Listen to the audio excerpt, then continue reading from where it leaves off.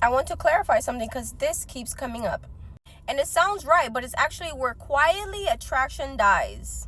Reciprocity is not about sameness, and polarity is not about fairness. When people say it takes two to tango, I agree. But what gets misunderstood is how each person contributes. Reciprocity does not mean both people do the same thing. It means each person contributes from their natural role. Masculine effort looks like leadership, initiation, direction, provision, consistency. Feminine effort looks like receptivity, warmth, presence, affection, inspiration. These are not passive contributions, they're just not measured in the same way. And let's address this comment real quick. When a man says, if I'm always doing and she's only receiving, that's already a only masculine lens. Because feminine contribution is not about outputs, it's about response.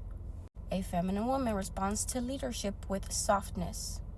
She responds to provision with appreciation. She responds to consistency with devotion.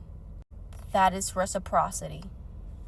And yes, men need to have an internal healthy balance with their feminine energy. Men are humans, men can be emotional, men can be vulnerable. But vulnerability is not feminine polarity. A man can feel deeply without yielding leadership. When leadership collapses, attraction follows. Then he proceeds to say something about women stepping up and leading sometimes. Of course women lead their lives. Of course women are capable. But romantic polarity is not about survival or emergencies. It's about who initiates, who advances, and who directs the relationship. When a woman constantly pays plan, pushes progression, the relationship may stay functional, but the desire fades. And the truth is that balanced effort creates cooperation. Complementary effort creates desire. You can have a perfectly fair relationship and still feel no spark or passion. And that's why so many modern relationships feel stable but sexless. They're fair but unexciting. Polarity is not about limiting gender. It's about honoring what sustains attraction. The right man does not feel drained by leading. The right woman does not feel diminished by receiving. That is not control. That is chemistry. That is biology. That is polarity. I don't make these rules.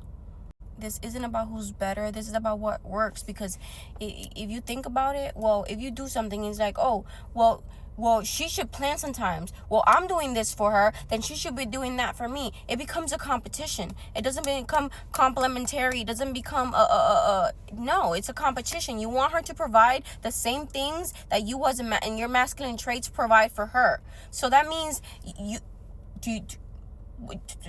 do I need to say? Like, so you want a roommate? That's what you want? You want another man to the relationship? Desire does not respond to logic. It responds to polarity. You do not negotiate attraction. You create it. And this is why I say, this is what I see that is wrong in modern dating society. Men don't like their roles and women don't like their roles either. And it's like you have this clash because both people are complaining about their roles that they need to be in to create that dynamic that you desire, to keep that polarity in a relationship.